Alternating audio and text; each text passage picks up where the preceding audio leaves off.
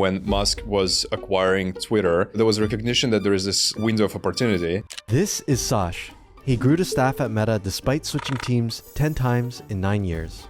2 diffs in 6 months. What was your performance review like in that half? I wanted to share this conversation so you could learn about how switching teams can affect your career. What was your thinking behind wanting to shift to such a different domain? Android is like terrifying for anyone who builds for iOS. They're like, God forbid you ever go there. Eventually you went to a series of teams that I'm really interested in. For viewers at home, Instagram used to have a blockchain team. You started work on a very experimental, interesting project. For a while, we had this as a secret inside of Instagram. Well, let's start at the beginning of the story. So how did you pick the first team and what was the story behind that? Well, my first pick was this team based in London. And they're like, oh yeah, we're going to work remote and it's going to be fine. But the code review times with London, they would take like days. And so I ended up sort of deciding against that. And I chatted with this one guy. He's also still at the company. And he saw my sort of resume or whatever, and he saw that I'm sort of like a weird hybrid of like design and engineering, and like everything is kind of poorly defined. And he was like, listen, how about this? We're gonna build a team that takes all the design prototypes that designers always have like stacked up in their desk but never shipped, right? And we're just gonna build them, and no metrics, no nothing. And it was inside of Newsfeed, Facebook Newsfeed. I mean, now if I would look back and I would hear Newsfeed, no metrics, I would be like, oh yeah, this team is going to survive half a year. And it survived half a year. Yeah. But it was so much fun. It was a lot of fun. And like the value prop was just so fun to me because it was like, oh, let's build the right thing and not worry about metrics.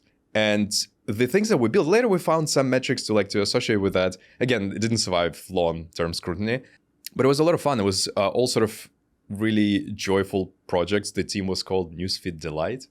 And yeah, I was just building all sort of like fun visual animations, effects, that's like sort of what people usually call Easter eggs in the apps. We were building that and it was so much fun because again, every designer dreams of that, but then every engineer looks at it through a lens of impact and they're like, I'm not touching this with it, like, you know. Yeah, and like the other theme through my career was that I'm just not thinking about impact too well. And that allows me to pick the teams that are completely irrational and like high risk and like God knows if there is even reward in that. I saw those teams that you worked on initially, the design ones, and I was thinking, how do you measure success, or how do you prove that this prototype was a good idea? Yeah. If there's it's kind of going off of vibes. So I'm curious, like, what does a successful project even look like in a space So I like think that? in the spaces like that, now I can rationalize how it's done in a company like Meta, right? So you have some executive sponsor with some sort of theory that like they justify to someone, and that's basically how those teams survive. So Facebook used to have this metric called CAU, cares about user. And this metric was literally a survey issued in a news feed that would ask you like some broad question of like, oh, do you feel like Facebook cares about you? And this highly subjective metric that like, I'm not even sure if you can like, if everyone understands it in the same way, was what a lot of teams were orienting towards. And so this kind of laddered into that, I guess, to some degree. Especially in today's world where you want everything to be highly efficient and there is not too much time to focus on this like moments of delight and joy. Yeah, it's sort of like harder to justify existence of those kind of teams, I feel like. You mentioned you weren't optimizing for impact at that point, and it sounds like throughout your career that's a common thing. What were you optimizing for in that team choice? Fun, you know, just like pure fun. I'm sort of, I often end up in the situations where looking back, I'm like, oh, that was lucky, that was cool. And you just meet people and you explore some opportunities. And later, again, sort of like looking back, they all make sense, mostly because proactively you don't know what's going to happen, but also you end up building, you know, accumulating this toolbox, skills, people, connections, you know, like all those things, and that you can build upon later. And so, yeah, I feel like I'm joining a team because I have some intuition of like, oh, this might be fun / interesting / whatever. Later in career, I became a bit more intentional, but still sort of optimizing for this risky-ish space, like 0 to 1 space. I think that's what I noticed early on, and that was again sort of coming from startup days, is that a lot of people are sort of uncomfortable with ambiguity. They're uncomfortable with poorly defined spaces, you know, sort of like ambiguous spaces. no product definition, no direction. And a lot of people, they're really good engineers, but they need this sort of like, oh, like this is what we need. This is the diagram. This is the mock, whatever. Where maybe because of the design past, maybe whatever, I would always be like, oh, yeah, we can kind of YOLO it as we go, right? And sooner rather than later, you realize that it's an asset, when you can be effective in this environment that's sort of challenging or ambiguous to others, it's an asset that you can use. And then it's a question of, like, how do you measure this effectiveness? You had a lot of opportunities to work with different designers. I'm kind of curious, from an engineer's perspective, what makes the best designers to work with? I think it's just the collaboration sort of process. So the most fun I have is with, and it's not just designers, but designers in your context specifically, is that you have people who are readily sort of jam with you. They don't just come up with this idea in a vacuum, because oftentimes, for better and for worse, it's not informed with real world constraints, nor should it be.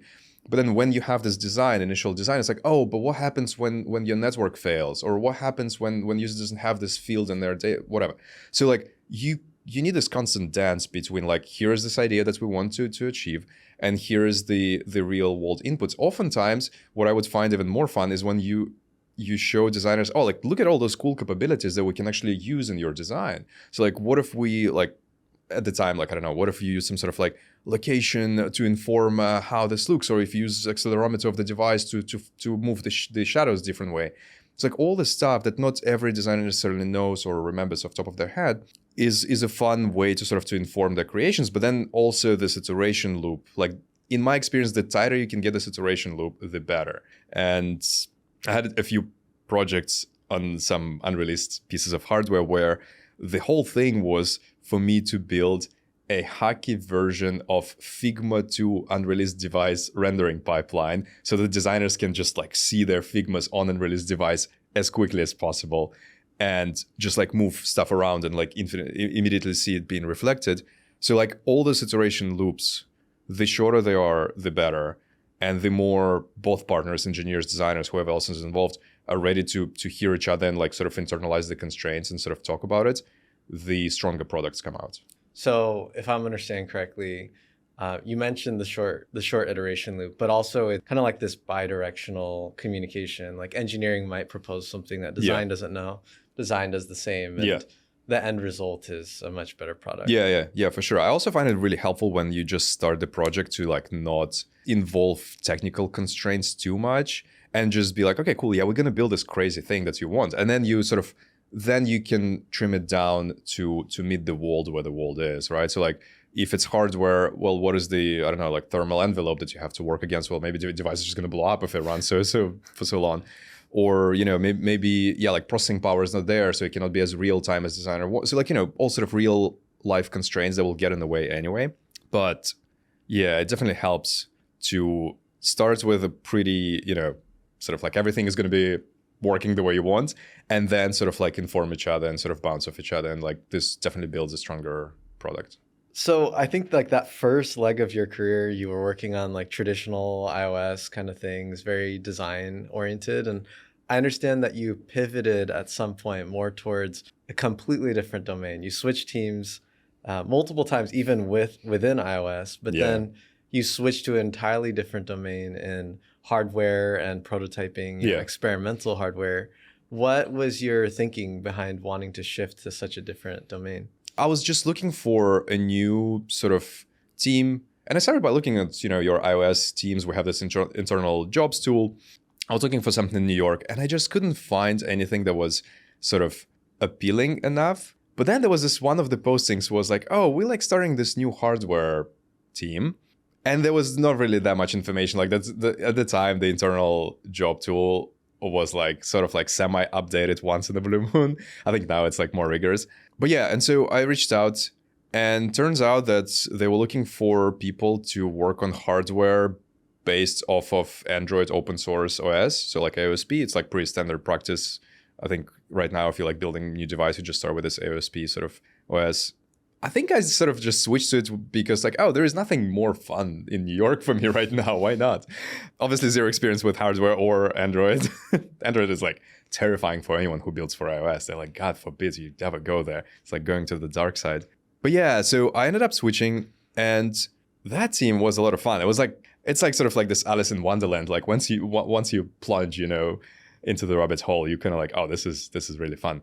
And so yeah, I sort of switched to that team. First half a year, I think I committed like maybe 2 diffs in the entire time. Yeah, in 6 months. Yeah, Oh my gosh. because there was basically it was all prototyping. It was all like, okay, first we need to begin with, we needed to figure out like what hardware do we even need to source? What kind of processors, what kind of whatever. And it's like, you have a bunch of like mobile engineers like sourcing hardware. That's fun. Yeah, in the meantime, we also needed to understand how this hardware would interact with sort of like existent hardware ecosystem. So like all your phones, all your whatever.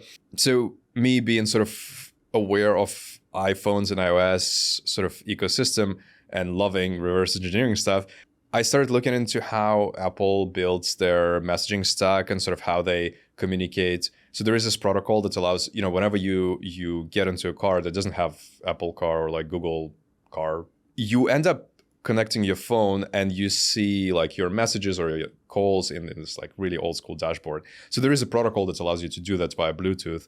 And obviously Apple had to build their own extension on top of this protocol that's not really public. And so it was a fun little project where I got Raspberry Pi off of somewhere and I started installing software on it to pretend that it's a car and pair it with my phone. And like eventually I started like tracing the packets and sort of like some information is publicly available on the internet, some information you just need to like sort of reverse engineer. But it was, the reason why I didn't commit any of this code is because like it's a trash code and like you don't need it in the repository. And it was just done basically to inform what's the upper bound experience that you can get using this protocol, right? So like what can we hope to achieve once we productionalize this? And this ended up being a pretty common theme, I think, in my career from there on, is like, sort of what is this upper bound experience, like unbounded by any sort of constraints? And then, like how can we productionalize it? Yeah, I'm curious because you said 2 diffs in 6 months, and it sounds like there's a lot of risk and you are doing a lot of things that may not be easy to measure or prove the impact. I think a lot of people would be scared of switching teams especially to a risky area like that. They worry their PSC would look bad or something. What was your performance review like in that half? Yeah, I think that it was sort of in the job title where like people who were hired on that team this early on, it was sort of implied that, they get reviewed based on de-risking a lot of directions and not necessarily like lending code. We also, again, it's like the team that was sort of seated with like a bunch of senior people. And so there was mutual understanding that like it's going to be taken care of. I think that this is the way big tech sort of creates incentives for people to come into those risky projects where you're not guaranteed a promo, but you're at least protected from the downside, right? Because you want people who are interested in taking risks to feel safe. And this is a lot of changes that happened in the PSC cycles of a year, where like at first it was sort of optimized for half a year because you kind of want to balance like feedback that you get often, but also you don't want to make sure that people sort of feel safe taking on the riskier bets that like last, maybe multiple halves. And so like it's this delicate dance. I understand that everyone hates this process, but like I don't think there is a good process per se that can be like good for everyone. I'm kind of curious because I'm mostly software engineering initially and still like software, but in a hardware team. What's the biggest difference you see between hardware teams and software teams? The timelines, for sure. It's this fun sort of concept when, back in the day, if you remember when software would be still shipped on CDs and in boxes. So you literally have to put some bytes on the CD and seal it and send it to people, right? And so with hardware, it is still the case that at some point when you want to release your Gen 1 device, something has to go to the factory to flush it onto the device, right? And so this is why the deadlines in the hardware projects are so much more ruthless. You cannot push them by 1 month. Everything falls apart. And so it feels like this is probably one of the key aspects. And then, you can have like 0-day updates when you like, this annoying thing when you just bought a new device, you plug it in and it's like, oh, sorry, I will take 20 hours to update now. So like you can have that. It's not a great experience, but you can have it, but something has to go into the box. And so this is the key difference, especially in a company like Meta, where you have this continuous software cycle that you don't even think about. You push something to dub, and it's instantly, within like 3 hours, it's available to like billions of people, or like iOS within a week. All this stuff. hardware makes you think in a very different terms. And it's like pretty chill at the beginning, but then towards the end, there is a crunch time when like you have to get it done by a certain date. And that's quite different. So you had the hardware teams, and it sounds like that was a lot of fun. And then eventually you went to a series of teams that I'm really interested in because they were cutting edge prototypes on products that we know that launched. So I want to hear the stories behind that. What made you shift from hardware back into these software teams specifically focused on these rapid prototypes? So the time has come for me to try to live outside of the US again for a bit. And again, Meta has this wonderful sort of flexibility of, as long as there is a business need, you know, in engineering in another office, you can just move and sort of like work from there. And so I really wanted to try to live in London for a bit. And I was trying really hard to stay on the same team, the Control Labs team, because it was just so much fun and people were wonderful and technology was so cool. But it's hardware. It's, you know, especially having people living abroad means that you have all sort of potentially regulations with unreleased technology, like all sort of stuff that you like. I don't even know if that's the case here, but I imagine that there is a lot of complexity. And so I realized that it's not going to be an option. And so I needed to find a team in London that would be happy to have me. And as I learned, Instagram was just about to open the office in London. And so not just any Instagram, it was Instagram blockchain team. So for viewers at home, Instagram used to have a blockchain team. And, you know, for the brief but glorious period of time, we were building all sort of technologies. So people might remember that there was this whole cryptocurrency effort that Meta tried to take off the ground that eventually branched out into its own sort of separate company. But then we had all the talent and technology built in-house to deal with blockchain and crypto and all that. And we basically thought about exploring those directions within Instagram being creator first, creator forward sort of product. Other products also, other sort of apps later joined as well. But yeah, basically this team was opening up in London and they were looking for people to join and sort of build out a bunch of stuff. So I moved to London, joined this team, and we shipped sort of your vanilla NFT type of product within Instagram where you can upload your NFTs. They would have this like beautiful shimmering effect and all that stuff. Eventually, you were able to create NFTs from Instagram, which is like looking back at it now, like, wow, we used to have this group internally called Facebook Does What? And it was this internal group where people posted screenshots of like products they found inside of Facebook app. And it was like food delivery, movie tickets ordering, like all sort of things that people like, Facebook does what now? And so this is like, to me, looking back, you know, it was such a fun, crazy moment. But yeah, so I helped to ship the NFT product, but the actual thing that I was working on that was really fun and interesting to me. So at some point, Adam Mosseri, CEO of Instagram, gave this TED talk that was talking about how the future of creators is decentralized. And it was sort of building on this idea how right now, as a creator, you're sort of bound to a certain platform, to their, you know, sort of policies, to their whatever contractual obligations. But then if for some reason you fall out of grace with this platform, you're banned, all your livelihood, like if you build some sort of followership, it's all gone. So Mosseri gave this talk where he was exploring this idea of like, oh, what if this notion of following your creator exists outside of any given platform, and platforms are there just to recognize it. They can choose not to recognize it, but they can choose to recognize it. And so what exactly does it mean for Instagram? What exactly does it mean for creators, for followers? And so I was one of the people who was tasked to just understand, okay, we have this TED Talk. What does it mean as a product? And so we found that basically we need to build a product that's, you know, in order for it to be successful, we wanted to be recognized by some other key players. And so this is how I found myself being embedded deep into partnership team and working with people from Google, Spotify, Shopify, Nike, all sort of companies. And so we had a pretty, like, I think that exercise was super interesting because not only I was sort of prototyping the tech side of the story of like, okay, like what does it exactly mean? How would Instagram, like what is my experience of I'm a creator, I'm onboarding onto Instagram, I'm a follower, I'm coming to Instagram and there is a creator that I already follow on like, I don't know, TikTok or elsewhere. Like, how does it actually happen that like, do I connect my wallet and then like we see some sort of like token in there and like all sort of open questions from technology standpoint.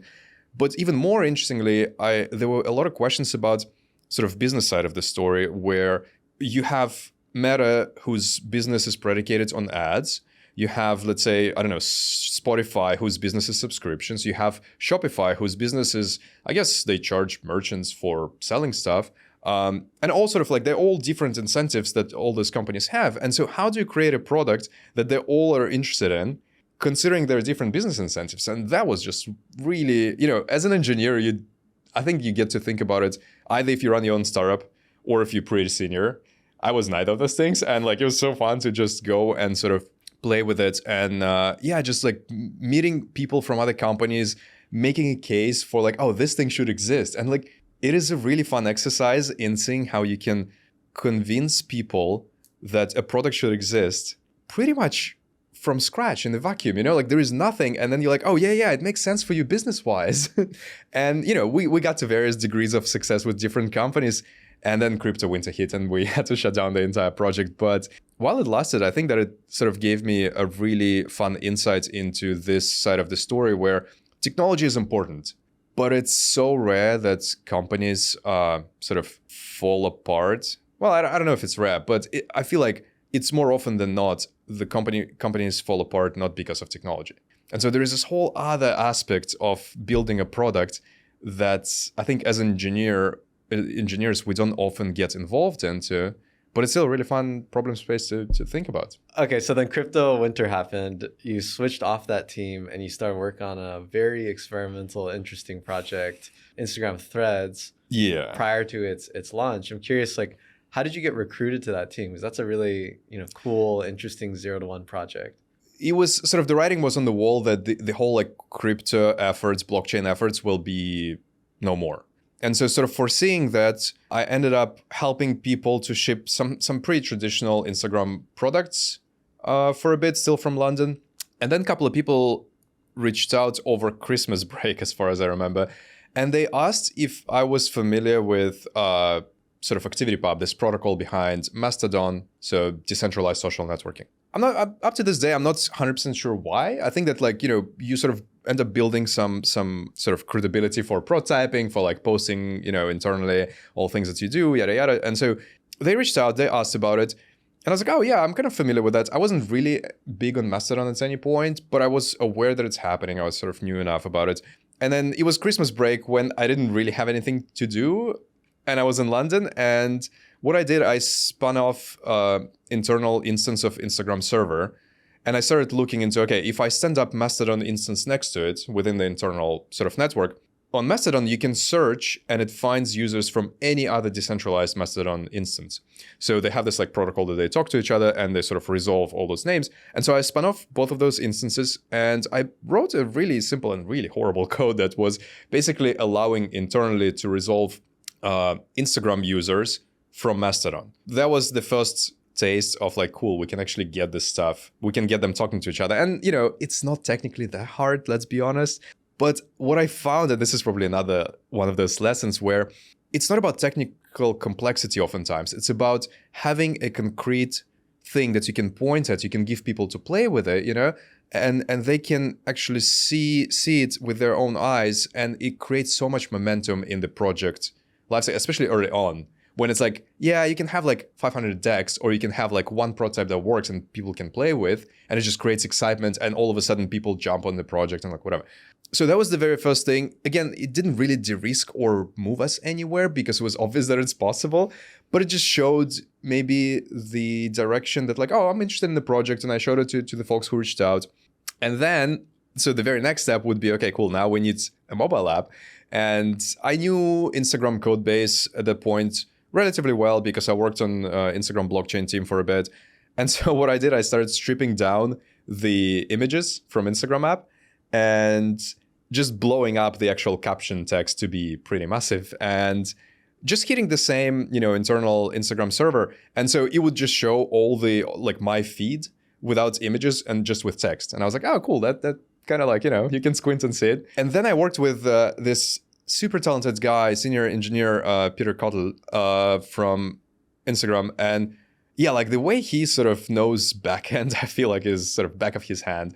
And so we had so much fun when he was just building out the backend stuff, because he's way, way better at this, obviously, than I am. And I was just sort of like, cool, now I'll start querying this new feed source that you created that's going to have only this special text post type and like whatever. And so we started like sort of chiseling out the mobile experience from Instagram app and from the backend. So we sort of started with this, here's Instagram the way it exists today. Let's start seeing how it can actually turn into threads. Yeah, and so for a while we had this as a secret sort of feature gated to employees only inside of Instagram. And it was, I think it was like a pretty closed off project at the beginning. So it was like gated just to the team. We had this special composer where you can type text, because in Instagram, you cannot share a post without an image. So we needed a way to share a post without an image.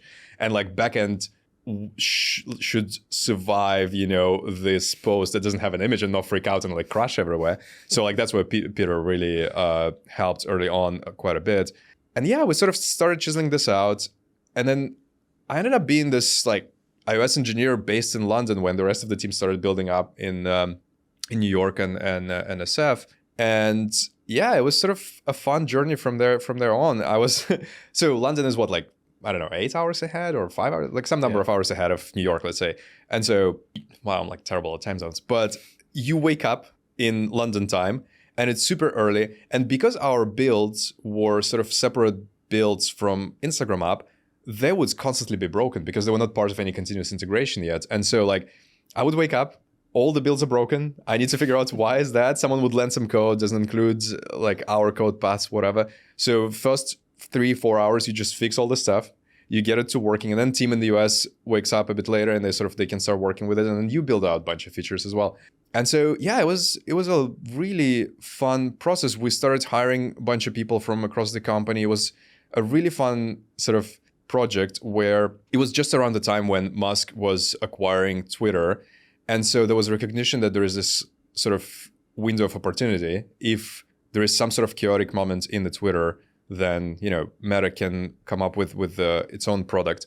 And so we needed to build it in a way that at some point was ready to release. And then we sort of built on it so that, you have some usable version of it and you just make sure that doesn't fall apart.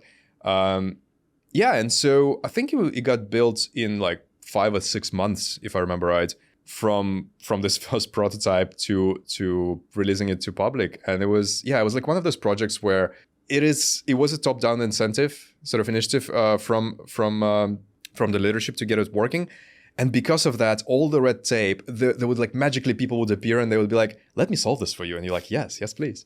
And you just get to work on the stuff that you care about. It was so much fun. And also it attracts a lot of really talented people from like all sort of design, product, all sort of stuff. And yeah, it was just really, really good collaboration. People that worked on that initial team, they were really stellar. And then, there would be surges of like, we need to figure out integrity or privacy or whatever, performance. You would just sort of bring some people on board. They would like help you to figure out some stuff. It was a tremendous effort. I think that became sort of a poster child of a team at Meta to show how little you can, how little you need to ship a great product. Granted, we built it on Instagram. So like we had super high level primitives, scalable sort of, battle tests and all that.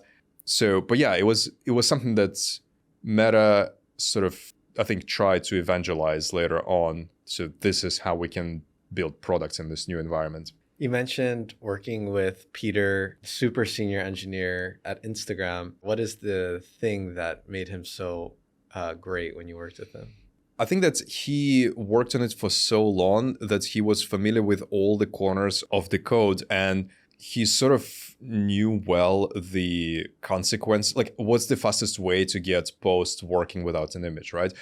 How to create a new feed, how to, like, all those things. He just sort of as if had answers to all of that. And so it ended up being this sort of like conversation between us two early on and then with more people later, where it's like, oh, cool, like now we need to figure out this piece. And we just have this conversation with code where we like quickly land it. I can test against his backend and it just works. And this is, I mentioned it before, this is something that's super helpful when you want to move fast, whether it's prototyping or shipping products. Familiarity with code gets you a long way. And so Meta is great because it has this incredibly high level primitives. So even when I would go and work in the backend, like dub or Instagram or whatever, the size of the primitives is so massive that it's so easy for you to be efficient. I need to create a new entity and I don't even need to know how privacy works. It just gets the right defaults and it sort of like ensures that nothing bad happens. And then, there is a way to customize it. But yeah, people like Peter, they just know stuff so well. They know their code base so well that, like, at this point, I guess, like with all the AI advancements and all that, you can see a future where you just have a conversation with your Copilot type of AI and it sort of does it for you. But that was roughly before all of this AI craze happened and sort of like became a norm. And so, yeah, Peter is like a Copilot, an incredible Copilot. Okay, so he knows the code base so well that it's almost like you prompt him. Yeah. But he doesn't hallucinate, and that's important. Yeah. I think one thing that's really interesting to me in the story, how you got this opportunity, because this is a really cool team that you joined, very kind of like cutting edge, is it sounds like you were already known as someone that had these visible prototypes. So they came to you, but then not only that, you just took some initiative to just instantly start. It doesn't sound like they asked you to prototype. You replied with, here's it working with Mastodon, and also here's another idea of like a bare bones like iOS app that's kind of showing the vision. Yeah. So I feel like that's pretty interesting takeaway. And it sounds like your prototypes too, they must not live in a vacuum. It's not like you build it. It's kind of like your curiosity. Sounds like you build it and you share it, and a lot of people get excited about it, and you're already known as like a prototyping person. Would you say that's true? Yeah, I think it's hard for me to know for a fact reputation that I had at the time, but maybe it was around the same time when all the sort of early GPT sort of like was coming out. So I was building a lot of those things and sort of sharing them on Workplace. When you build something that uses internal technology, you cannot really post on Twitter, right? And so you have to sort of do that internally. But, in exchange, it creates this perception of, even if you don't get like too high of an engagement on your internal posts, people see them popping up, and like eventually they sort of build this mental model of like, oh yeah, like if you want someone like for like quick and dirty or like whatever, like prototyping, that's the person to reach out. And then I think responding with prototypes instead of like, oh yeah, let me put this on my to-do list. This is just a way that shows the attitude. Like early on in all those projects, you want people who self-directed. I think that's what I would be looking for at least. Yeah, and in the corporate world, there is so much alignment and like meetings and all that. I think that it always stands out when you have someone taking initiative and sort of like moving on in the ambiguity. And then after Threads, it sounds like you mentioned that you worked on a string of AI related prototypes and transitioned away from that and started working on Meta AI and stuff like that. Is there a favorite prototype or maybe a story in there that you think would be worth talking about? Yeah, I think early on there was one really fun it's like a big word for it, but I built this prototype that took all our public FAQ about account safety and sort of like all sort of things related to Facebook accounts that you can find like on facebook.com/help or whatever. And so it took all of this and sort of rugged over it. So like did retrieval augmented generation over this information. And so you don't have to search for the specific answer. You can actually like just have a conversation with this like AI. It was like, I think it was GPT-3 time. And so you can actually have a conversation with it and it would hallucinate like crazy, but you can also like see how it's getting there where you can ground it in some sort of concrete data. And I posted it internally, and that was the only time when I got number of reach outs from people from all over the company that I never seen before. It was like probably below 100, but above 50. Wow. And it was people from all over the place that recognized it like, cool, like all of a sudden support is sort of like solved. Not really solved, but like, you can see how it's moving into direction where you can have customer support being done way more efficiently. And fast forward, you can see so many companies in the public right now building those kind of products, right? So, and again, it's not that I was first or anything like that, but it's just again, it's to the point where when you're in your corporate sort of environment, you're grounded in your internal technology so much so that you're not even aware of what's happening in the industry, and showing, like pulling in those pieces of industry and grounding them in your internal data, technology, tools, whatever. It really helps to bring awareness within your organization, within your company too. And you'll be surprised, or maybe not even surprised, how often people have their lives and they don't care to read Twitter every day. And so like they don't know what's like that, like, oh, here's this latest coolest thing that like, you can easily just bring in those pieces of what's possible right now into your corporate environment and just keep people up to date. When people talk about visibility, it's like, oh, write up that says you moved this metric, which is good too. But it sounds to me like a good prototype about the right idea. It connects with people in a way that writing can't, which is like someone can click into it. Someone can really see it's such a high throughput thing rather than just text. You got the whole thing in front of you. It sounds like that is a really good tool for driving imagination of the future, direction, alignment. It sounds like hey, this is a good 100%. idea. We should go with it. Yeah, I think it goes back to the fidelity, right? So you can write text, and then it relies on both of us being able to reconstruct what I meant in your head and making sure that it's like we actually align on what I meant, that you build the same mental model.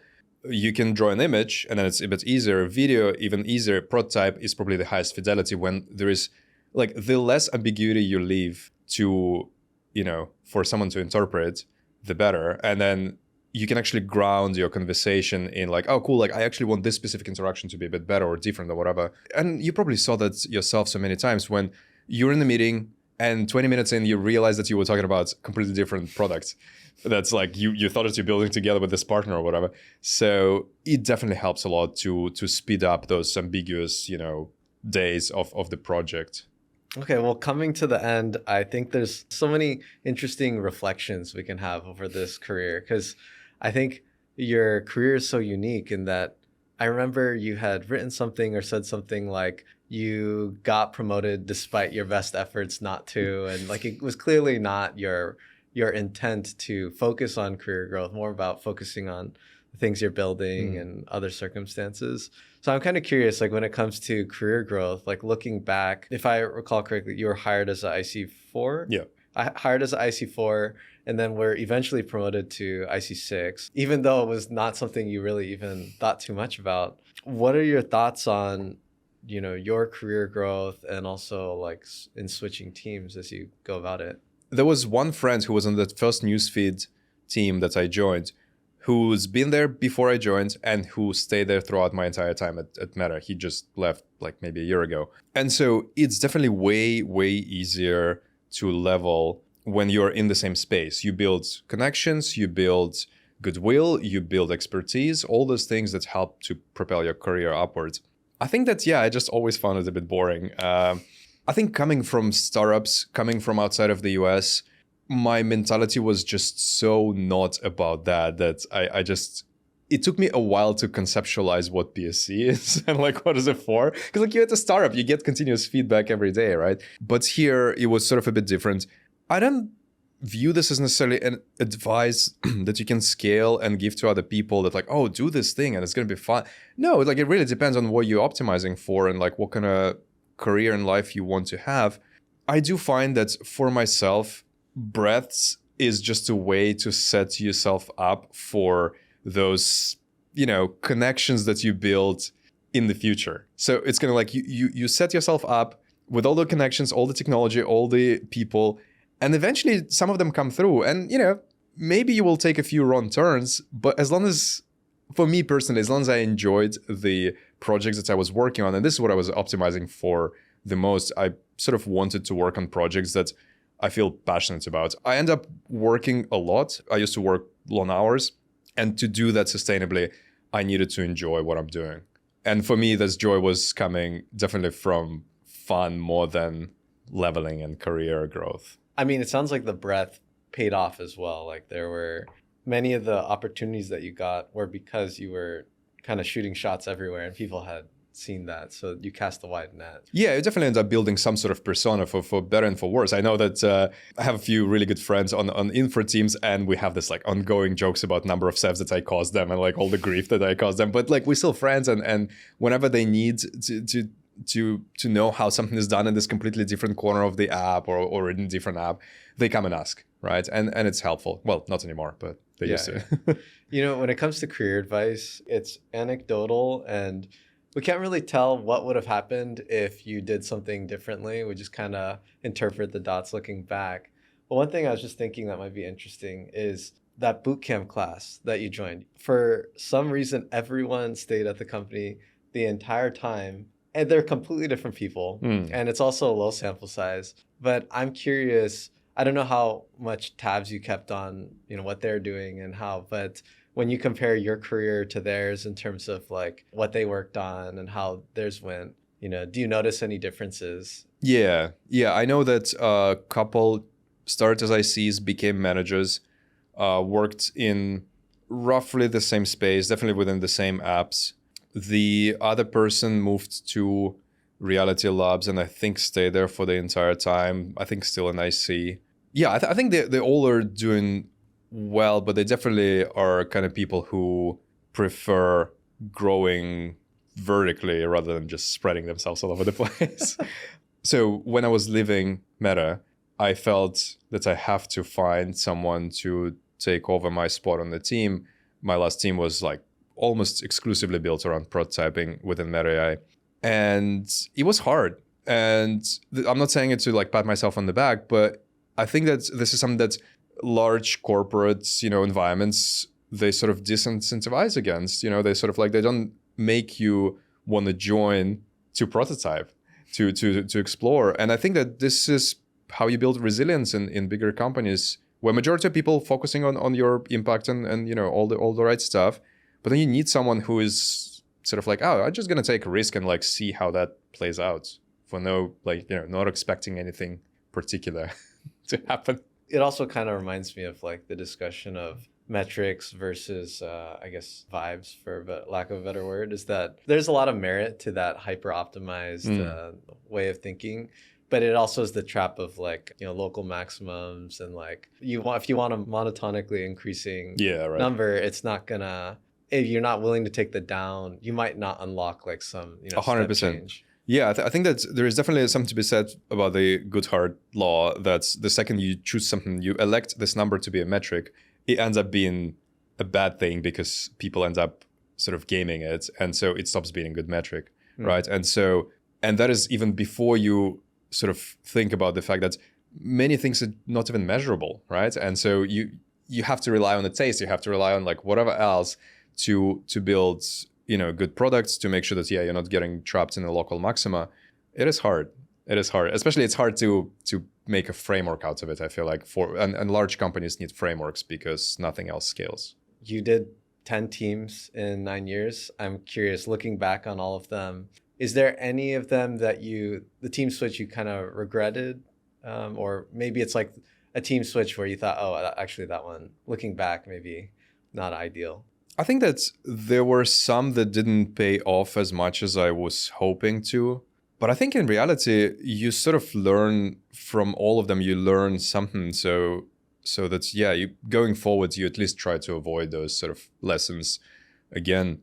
And in most cases, again, you sort of like, if you're a decent person, you work and you try your best, you end up just building at least good relationship with people, and going forward, those people can, bring you onto the next project, or you bring them, or, you just sort of end up building a massive, massive network. This is something that I really only truly appreciated once I left Meta, is how many people reached out and asked if they can introduce me to people, asked what am I doing. A bunch of people reached out and asked if I can hire them into this thing that I'm doing, which I don't know what it is yet. It is definitely a really, really fun adventure, and you get to meet so many cool people that it's just hard to overestimate. Yeah, I had never worked directly with you, but I knew of you. So clearly what you had done cast a very wide net. Yeah, it's wild to me. When people reach out, they used to reach out on work chat, and they would be like, oh, hey, we like talked, in 2020. And my memory is also horrible. And so I rarely remember things that happened like more than a year ago. I always feel terrible, but I also feel so, humbled by like, oh my God, people know. This is so cool. It's really fun. Now you've left Meta. What was the rationale for leaving Meta rather than doing another team switch? Yeah, I think that's, well, it's been a really long time. And I started in startups and I felt like I wanted to go back to this space where, pace at which I prefer to move is the natural pace. So, you end up taking on far more risk. Financially makes no sense. Practically makes no sense. But right now I have few ideas that I'm exploring, and I'm sort of like passionate about. And at this point, there is no meeting. There is no partner team that I can blame on the failure. It's like you're so close to the wire that you try it out and you see if it works. And then again, it's a big tech, you can always come back and like be hired into the next big tech company and it's all going to be fine, hopefully. But it is definitely a fun experiment to see what is your actual worth, what are your ideas and all those things that you thought you can deliver on, like, can you actually do that? So I think it's going to be an interesting exercise. We'll see. So it sounds like you left because you wanted to go even deeper into like prototyping and like doing your own thing and being unbounded. And it's a two-way door, not a one-way door. You can always come back. Yeah, that's the way. It's a really good framework that someone mentioned before, that you need to think really carefully when you enter a one-way door. When it's a two-way door, or at least it looks like one, you need to be concerned and like sort of careful, but also take a risk while you can. Yeah, and I'm sort of like still in the place in my life where I'm lucky enough to be able to take some risks. And then last thing is looking back on your career, and if you were to talk to yourself when you had just entered the industry and you could give yourself some advice, what would that thing be that you tell yourself? Yeah, I think that's one thing that one of my managers told me, and I think it's coming from one of the consultancy frameworks where, at first I honestly thought that I need to fix all my shortcomings, fix all the things that I'm sort of like softer at. And my manager told me, you want to make sure that they don't get in your way, but you really want to focus on your strengths. And so I think that was a relatively eye-opening, as obvious as it is, it was a relatively eye-opening sort of advice. You want to position yourself where you can showcase your strength and where your weaknesses are not getting in your way. I think that's, whatever that means in your case, this is probably how you're going to be the most successful long-term. Yeah, that reminds me of something that a VP had written at early Facebook. And he said something like one of the big learnings was that the value in where the real impact come from is not from taking something that's poor and bringing it to passable, but taking something that's great and making it excellent. 100%. So thanks for taking the time to have this conversation. I was really looking forward to it. And is there anything you want to say to the audience? No, I think you can find me on Twitter. I'll probably be sharing more about stuff that I'm building on there. And yeah, thanks so much for inviting and having over. It's been a lot of fun to chat and reflect on all this stuff. Hey, thanks for watching the show. I don't sell anything or do sponsorships, but if you want to support, you can subscribe on YouTube or you can leave a review on Spotify. And I'm always looking for new guests to interview. So if anyone comes up who you think you really want to hear their career story, let me know and I'll try to reach out to them and get them on the show. Thanks for listening as always, and I'll see you next time.